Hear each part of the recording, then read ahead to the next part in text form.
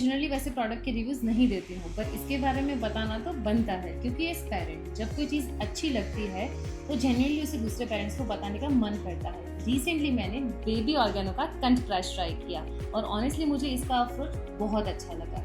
ये सिर्फ कफ पे फोकस नहीं करता, ड्राई कफ, वेट कफ, थ्रोट इरिटेशन और कंजेशन में भी सपोर्ट करता है। और सबसे ज़रूरी बात, मेरा बच्चा इसे बिना फर्ज किए ले भी लेता है। मस्ट ट्राई बेबी ऑर्गेनोस कंट क्रश सीरम।